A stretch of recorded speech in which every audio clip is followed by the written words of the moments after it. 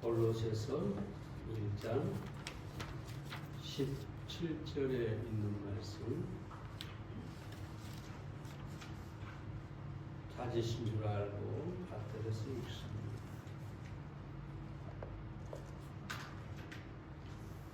또한 그가 만물보다 먼저 계시고 만물이 그 안에 함께 섰느니라.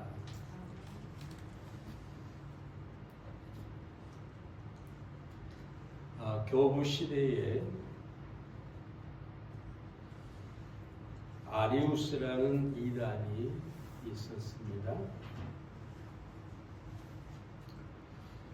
그는 삼위일체를 부정하고 예수 그리스도가 피조물이라고 주장을 했습니다. 당시에 수많은 무리들이 그를 따랐습니다. 오늘날 한국의 이단들이 득세하는 것처럼 이단인 이 아리우스를 엄청난 사람들이 따랐던 것이죠. 같은 시대에 아타나시우스라고 하는 아주 대단한 분이 계셨어요. 하루는 그의 제자가 와서, 선생님, 온 세상이 아리우스를 따르고 있습니다. 온 세상이 선생님을 반대하고 있습니다. 그러자 이 아타나시우스가 이렇게 말합니다. 온 세상이 나를 반대하는 것이 아니라 내가 온 세상을 반대한다. 얼마나 대단합니까? 모든 사람들이 아리우스를 따르면서 그것이 진리고 그것이 옳다 그러는데 그 온 세상을 내가 반대한다. 적어도 신앙인이라면 이런 태도는 가져야 합니다. 그리고 이 아타나시우스가 이렇게 고백합니다. 나의 구세주인 예수 그리스도께서는 하나님보다 못한 분이 아니라 바로 하나님과 동일하신 분이다. 여러분 잘 생각하세요. 종종 우리는 하나님 아버지가 계시고 예수님은 아들이니까 아버지가 위에 있고 아들이 밑에 있다, 이렇게 생각을 하는데 이 성경에서 아들의 개념은, 아버지와 아들의 개념은 그런 것이 아닙니다. 지위가 아니에요. 높고 낮음이 아니에요. 빌립보서 2장 6절에 보면은 그는 근본 하나님의 본체시나, 그러니까 예수님은 하나님의 본체시나 하나님과 동등됨을 취할 것으로 여기지 아니하시고, 여기 보세요. 원래는 하나님의 본체로 하나님과 어떻다고요? 동등하시다. 빌립보서 요한복음 10장 30절에 뭐라고 하냐면 나와 아버지는 하나입니다. 하나라는 것은 뭐냐면 둘이 아니고 차별이 없고 같다는 얘기입니다. 지난번에도 말씀드렸지만 삼위일체는 우리의 머리로, 이성으로, 지식으로 이해할 수 없는 것입니다. 이걸 이해하려면 어떻게 된다고요? 머리가 터진다. 정신 이상자가 된다 그 말이에요. 그러니까 삼위일체에 대해서 연구하려고 하지 마세요. 평생을 어떤 사람은 삼위일체를 붙들고 그걸 어떻게든지 이해해 보려고 하는 사람이 있는데 죽었다 깨어나도 이해할 수가 없어요. 그럼 삼위일체는 어떻게 하냐? 믿어야 하는 것입니다. 이 성경에는 우리가 이해할 수 있는 내용도 있지만 이해할 수 없는 하나님의 신비가 가득합니다. 그 신비는 믿음으로 받아들이는 거예요. 삼위일체도 믿음으로 받아들여야 되는데 예수님과 하나님은 하나입니다. 한 분이세요. 오늘 17절에 보면은 만물이 그와 함께 섰느니라 라는 말씀이 있어요. 이 섰느니라 그 말은 영어 성경에 보면은 만물이 그에 의해 존재한다. 만물이 예수님 때문에 존재한다. 예수님과 함께 서 있다. 예수님이 없으면 만물도 없다는 거예요. 온 우주의 만물은 다 예수님에 의해서 붙잡혀 있고 존재하고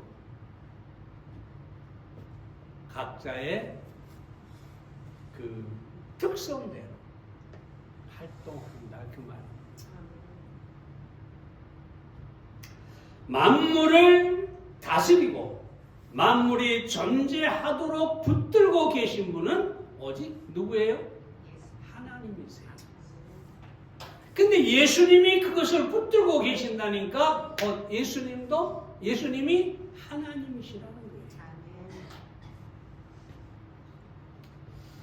요즘 제가 유튜브 그 설교를 올리잖아요. 한 가지 신기한 게 있어요. 요즘 설교가 조회수가 많지 않아요. 절반으로 떨어졌어요. 가만히 생각해 봤어요. 왜 그럴까? 내가 예수님에 대해서 설교한 뒤로 그래요. 단순하거든요. 예수님은 하나님이시라 단순한 진리예요. 이게 제 판단인지는 모르겠지만 제가 미국에 가서 그 목사님들의 설교를 듣고 성도들의 반응을 듣는데 재밌는 사실은 설교가 단순해요. 아주 심플해요. 아주 간단해요. 무슨 아주 깊이 있는 무슨 설교를 하는 게 아니에요. 예수님은 하나님입니다. 예수님이 하나님의 아들이다. 예수님이 십자가에서 우리의 죄를 위해 죽었다. 예수님이 부활하셨다. 이런 설교예요. 그런데 반응은 어떨까요? 성도들의 반응. 엄청나게 뜨겁습니다. 아멘! 아멘! 난리가 나요. 막 어떤 사람들은 막 의자를 두드리면서 아멘! 맞습니다. 아, 목사님 계속 하세요. 계속 하세요. 막 그렇게 얘기를 해요. 제가 미국의 목회자 교회 몇 번 갔는데 내가 놀랐어요. 저들은 정말 단순한 설교에 감격하고 아주 뜨겁구나. 여러분 그래서 좀 바꾸세요. 예수님 얘기하면 무조건 아멘 하세요. 예수님이 십자가에서 나를 위해 죽으셨다, 피 흘리셨다. 얼마나 놀라운, 이것보다 더 놀라운 게 어디가 있어요? 그거 아멘 하셔야 돼요. 근데 그런 것은 하도 들어가지고 별 흥미가 없고 성경에 뭐 어떤 대단한 거. 그래서 우리나라 이단이 많은가 봐요. 지금도 있는 그 유명한 이 길기가 만드는데 유명한 그 이단 중에 하나가 자기가 깨달았다고 남이 깨닫지 못한 것을 깨달았다고 하면서 설교를 했는데 그 설교를 듣는 그 모든 이단의 사람들이 와 역시 우리 목사님이다. 그 내용이 뭔 줄 아세요? 언젠가 한번 얘기했을 거예요. 가인이 표를 받았는데 이마에 그 표가 구원의 표였다. 미쳐도 단단히 미쳤죠. 왜냐하면 가인은 신약에 와서도 분명히 악한 자이고 그는 살인자이고 그는 지옥에 떨어진 자예요. 그런데 이단이 그렇게 얘기하니까 막 성도들이 아멘하고 난리가 났다는 거예요. 여러분 누가 막 깨달았다 아주 깊이 있는 것을 얘기한다고 거기에 빠지지 마세요. 이단에 빠질 확률이 많은 사람들입니다. 아셨습니까?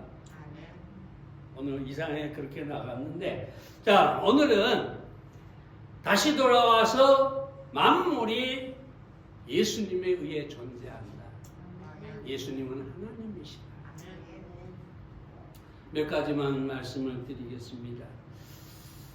첫째는 만물이 예수님에 의해 존재한다. 다시 말씀을 드립니다. 이 우주에 거대하고, 우주는 거대하고 만물은 신비롭습니다. 그걸 누가 헤아릴 수 있겠어요? 요즘 시대에 아무리 지식이 발달하고 과학이 저 하늘을 뚫을 것처럼 대단하게 높아지고 있지만 이 우주는 무한입니다. 끝이 없어요. 아무리 과학이 발달하고 아무리 지식이 높아져도 결코 세상에 이 우주를 풀 수가 없어요. 마치 인간의 생각은 이 우주에 비하면 바닷가의 모래알 정도입니다. 뉴턴에게 누군가 묻지요. 당신의 지식은 참으로 훌륭합니다. 네? 뛰어나죠. 그러자 그 뉴턴이 이렇게 얘기합니다. 아닙니다. 내 지식은 마치 저 바닷가의 어린아이가 제 장난감에 모래를 담는 것과 같습니다.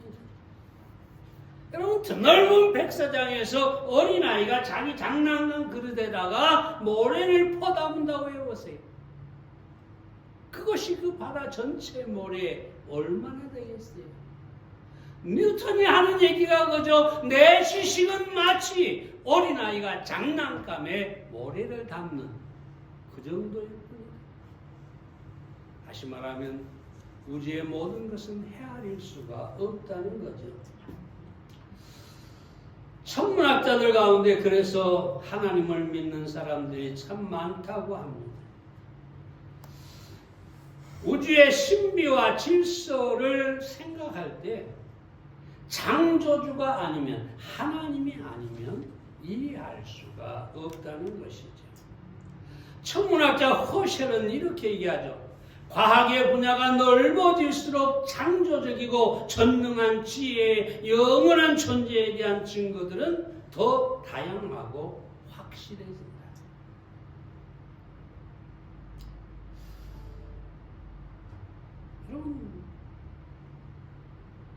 또 천문학자 케플러라는 사람은 이렇게 얘기하죠.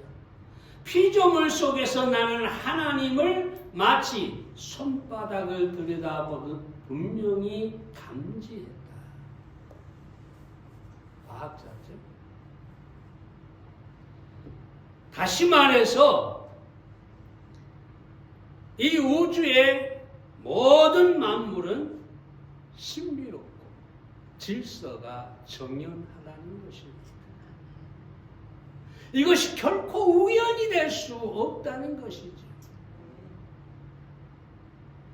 진화론자나 많은 학자들이 이 우주는 우연히 생겨난 것이라고 합니다. 옛날에는 태양에서 지구가 떨어져 나와가지고 식어서 지구가 됐다, 이런 사람들이 있어요.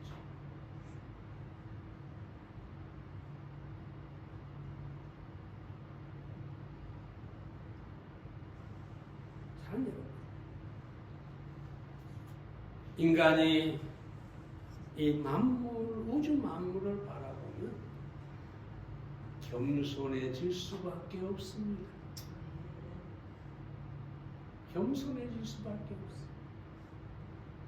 우리가 자연의 어떤 일시적인 현상을 보고도 사람은 아무것도 아니구나, 그죠? 그렇게 느끼는데 이 우주 만물을 보면 어떨까요? 그래서 다윗은 시편 8편 3절과 4절에서 이렇게 얘기하죠. 주의 손가락으로 만드신 주의 하늘과 주의 베풀어 두신 달과 별들을 내가 보니 사람이 무엇이간데 주께서 저를 생각하시며 인자가 무엇이간데 주께서 저를 권고하시나이까. 보세요. 이 다윗은 온 우주 해와 달과 별들을 바라보니까 자신은 아무것도 아니라는 거죠. 근데 놀라운 사실은 아무것도 아닌 나를 우주의 하나님이, 그 하나님께서 자기를 생각하신다. 얼마나 놀라운 일이에요. 하나님께서 나를 그 생각 속에 두고 계십니다. 믿습니까? 그리고 여기 권고하시나이까, 이 말은 비지트, 방문하다는 뜻입니다. 찾아오다. 도대체 이 우주의 하나님께서 나 같은 인간을 찾아오셨다. 얼마나 놀라운 일이냐 이거죠. 예수 그리스도는 누굽니까? 하나님이 사람을 찾아오신, 사람이 되어 사람의 몸으로 찾아오신 하나님이십니다. 그래서 십자가에서 우리를 위하여 단번에 영원히 죄값을 지불하고 누구든지 믿기만 하면 죄 사함을 얻게 하고 의롭다함을 얻게 하고 영생을 얻게 하셨습니다.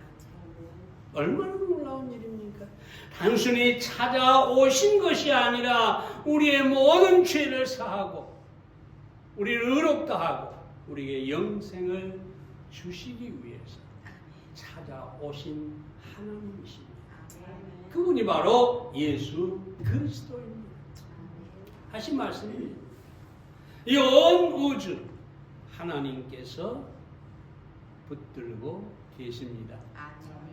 케플러 박사에게 한 친구가 있었는데 우주의 창조에 대해서 그는 아주 부정적이었어요. 어떻게 하나님이 우주를 창조했다고 하느냐? 그냥 우주는 우연히 생긴 것이다. 하도 불신하니까 케플러가 어느 날은 자기 직원을 시켜서 우주의 모형을 만들게 했어요. 태양을 중심으로 지구, 달, 화성, 목성, 쫙 우주 모형을 만들었어요. 그걸 일정한 그 우주의 간격처럼 같은 비율로 일정하게 만들어서 운행하게 만들어놨어요. 돌게.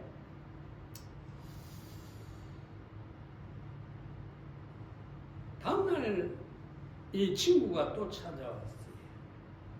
근데 딱 보니까 이 우주의 모형이 보이거든요. 와, 대단하다. 이거 누가 만들었느냐 그러니까 케플러가 뭐라고 했을까요? 누가 만들기는 우연히 어젯밤에 자고 아침에 오니까 우연히 이게 만들어졌더라.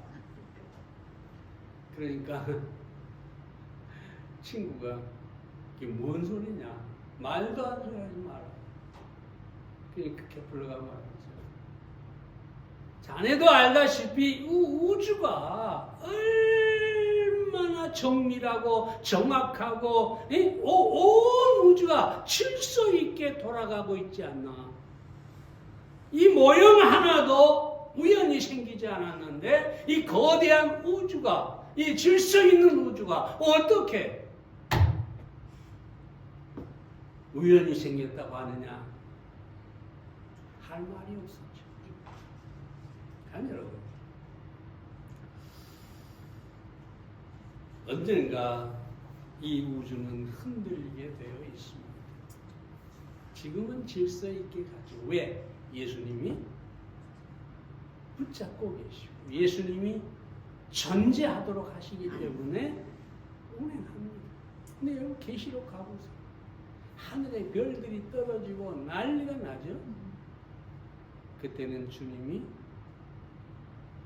그 우주를 붙잡지 않기 때문이죠.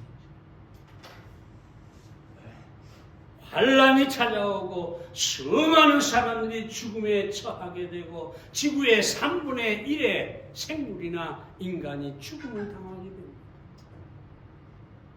지금 우리가 이렇게 건강하게 잘 살 수 있는 것은 예수님께서 우주를 붙잡고 계시기 때문입니다. 아멘. 이것도 은혜입니다.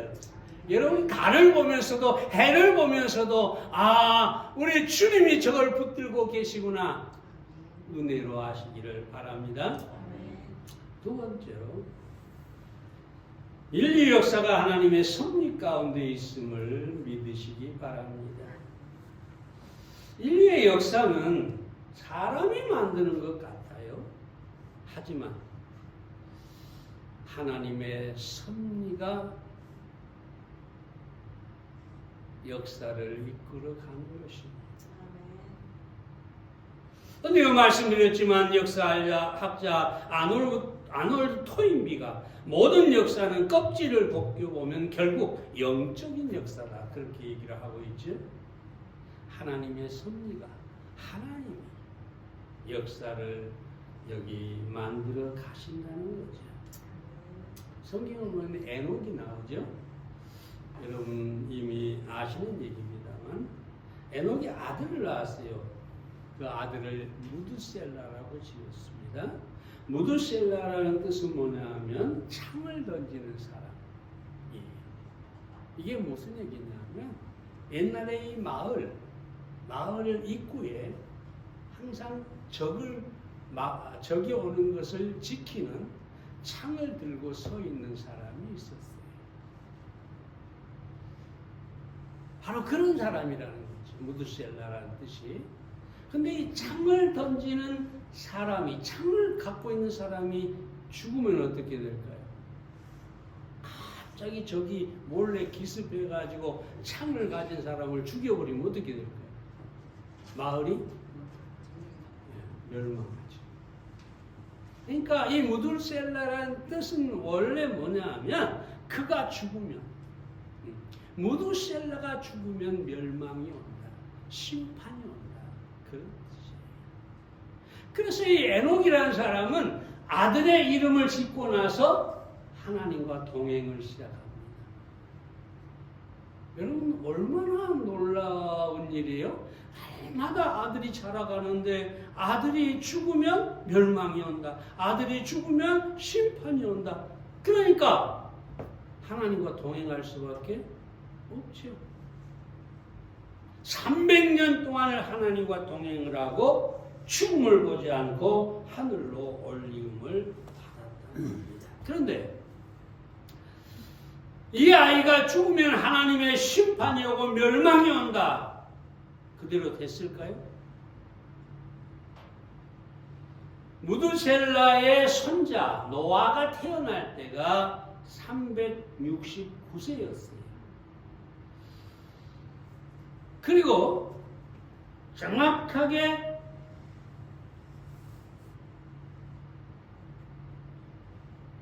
노아가 600세가 됐을 때 무드셀라가 969세가 됩니다. 그런데 그 해에 죽었어요. 그 해는 어떤 해입니까? 홍수의 심판이 온 해입니다. 다시 말하면 하나님의 역사는 하나님의 섭리 속에 있다. 다니엘서에 보면은 또 그런 얘기가 나오죠. 다니엘서 보면은 예를 들어서 바벨론과 헬라와 페르시아와 그리고 로마 제국까지 예언이 되어 있어요. 신상을 통해서. 그리고 다니엘서 9장에 보면 70일에가 나와요.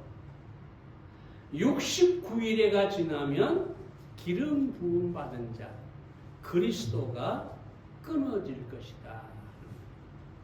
예수님이 죽을 것이다 그 말이죠. 근데 이 70일에가 예언이 됐는데 70일가 다 끝나지 않고 그리스도가 죽음을 당해요. 유대인은 흩어져요. 나라를 잃고 하나님의 섭리에서 떠나요. 그런데 성경은 뭐라고 합니까?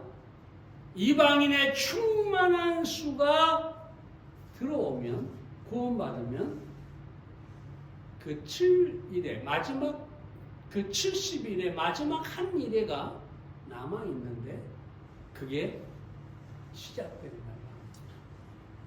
그게 7년 환란이에요.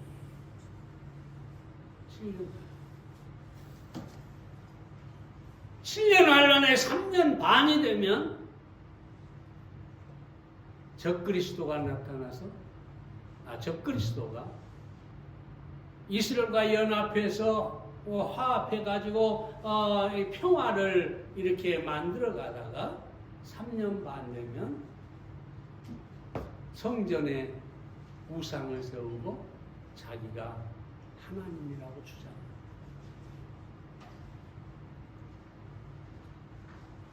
요즘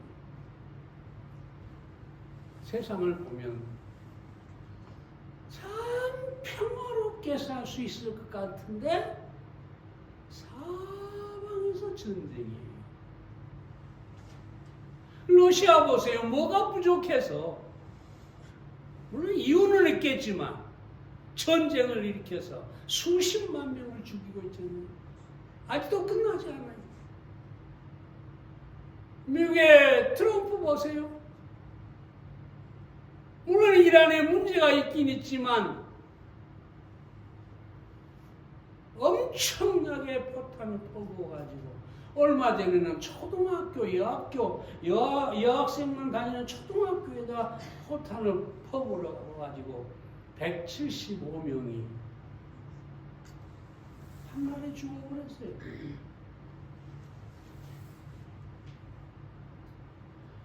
이게 말이죠. 그들이 무슬림이냐 기독교인이냐 이게 중요한 게 아니에요. 예수님께서 뭐라고 합니까? 너희는 가서 모든 족속에 복음을 전파하라고 해요. 그럼 그 무슬림도 복음을 전해야 할 대상이에요.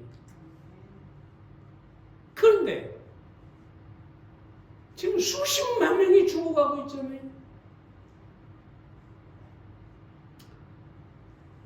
제가 왜 이런 얘기를 하느냐. 이런 것들을 보면 말세가 아닌가. 말세의 징조 중에 하나는 분명히 맞습니다. 예수님께서 분명하게 난리와 난리의 소문이 있을 것이다. 전쟁이 일어나고 기근이 일어날 것이다. 예수님께서 이미 말씀하셨죠. 그런데 끝은 아니라고 합니다.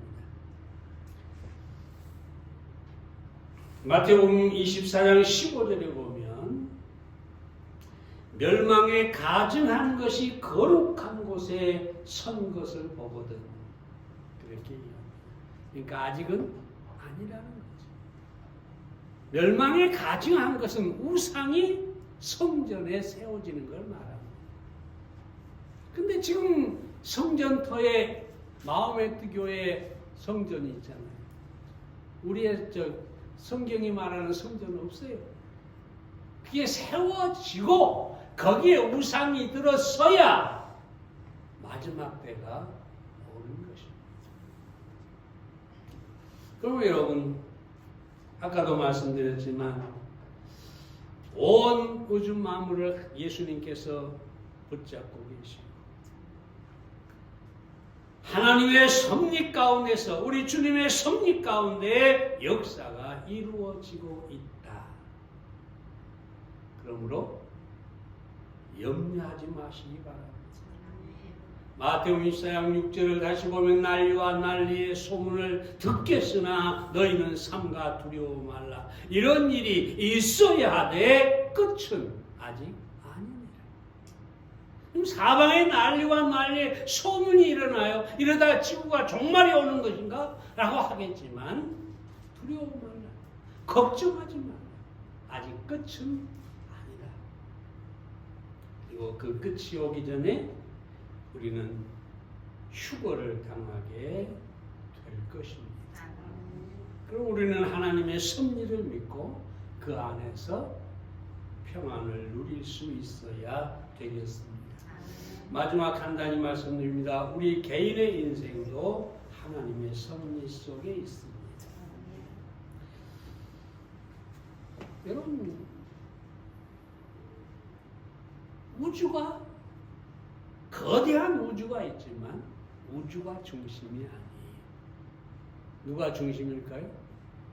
사람이에요. 사람. 에덴 동산, 큰 에덴 동산이 있었지만 거기에 누가 중심이에요? 아담이에요. 다시 말하면 하나님의 관심은 우주가 아니에요. 사람이에요. 그 사람에 대해서 하나님께서 그 섭리 가운데서 인도하십니다. 시편 37편 23절에 보면 여호와께서 사람의 걸음을 정하시고 그 길을 기뻐하시나니, 사람에게 관심을 가지고 그 길을 정한다. 그렇게 말씀하죠. 근데 운명론을 말하는 게 아닙니다. 하나님이 다 정해놨으니까 그 길로 갈 수밖에 없다. 그러면 지옥도 하나님이 정해놨으니까 갈까요? 아닙니다. 운명론을 말하지 않습니다. 하나님께서 우리의 인생을 섭리하시고 우리 인생을 하나님의 뜻 가운데 인도되기를 원하시는데, 다만 인간의 문제죠. 하나님께서 이 길을 정하셨는데 그 길로 가지 않아요. 불순종이에요. 하나님께서 에덴 동산에 아담을 창조하시고 거기 두시고 거기서 영생을 누리며 살기를 원하셨는데 아담이 선악과를 먹어요. 요즘 사람들이, 부모들이 그러죠. 자식 마음대로 안 된다. 부모는 다 좋은 뜻, 선한 뜻을 가지고 자식이 그 길로 가기를 바라는데 이 자식들이 그러지 않아요. 그렇죠? 그래서 마음대로 안 된다. 하나님도 마찬가지 그렇게 말씀하실 것 같아요. 응? 중요한 것은 이것입니다. 우리가 하나님께서 내 인생을 섭리하신다. 그래서 우리는 하나님의 뜻이 무엇인가를 찾아야 합니다. 그리고 그 뜻대로 순종해야 합니다. 유명한 예죠. 빌리그리암 목사의 집회에서 특송으로 은혜를 끼친 킴 윅스라는 사람이 있었어요. 여자인데 소교. 근데 얼마나 찬양이 은혜롭던지 무디가 집회를 갈 때마다 데리고 가서 찬송을 하게 합니다. 은혜가 충만해지죠. 거기에 설교를 딱 하면 사람들이 아멘 아멘 하고 받아들여요. 우리 교회도 좀 찬양대가 있고 좀 뭔가 이 찬양이 있고 그 다음에 설교를 해야 되는데 그냥 딱 막힌 마음에다가 막 쑤셔 넣으려니 이게 되겠습니까? 기도 좀 하세요. 우리 교회 좀 찬양의 은사가 있는 사람이 좀 오기를 기도하시기 바랍니다. 어느 날 이분이 이렇게 얘기해요. 저는 소경이기 때문에 사람들의 인도를 받습니다. 계단을 오를 때는 흙탕물을 지날 때도 한 번에 한 걸음씩 인도를 받습니다. 그러다 보면 목적지에 도달하게 됩니다. 우리의 믿음도 이와 마찬가지입니다. 다시 말하면 우리가 하나님의 뜻을 구하고 하나님께서 인도하는 한 발걸음, 한 발자국을 가다 보면 우리가 하나님의 뜻을 이루는, 또 하나님께서 우리에게 원하는 그런 삶을 살 수 있게 된다는 것입니다. 염려하지 마십시오. 두려워하지 마세요. 여러분에게 어떤 일이 일어나도 이런 믿음을 가지세요. 예수 그리스도 나의 주님이 나를 섭리하신다. 나를 인도하신다. 나를 붙잡고 계신다. 내 미래를 아시고 선으로 인도하신다. 그럼 염려할 필요가 없지. 어떤 일이 부딪혀도 우리는 염려하지 않게 될 것입니다. 기도하겠습니다.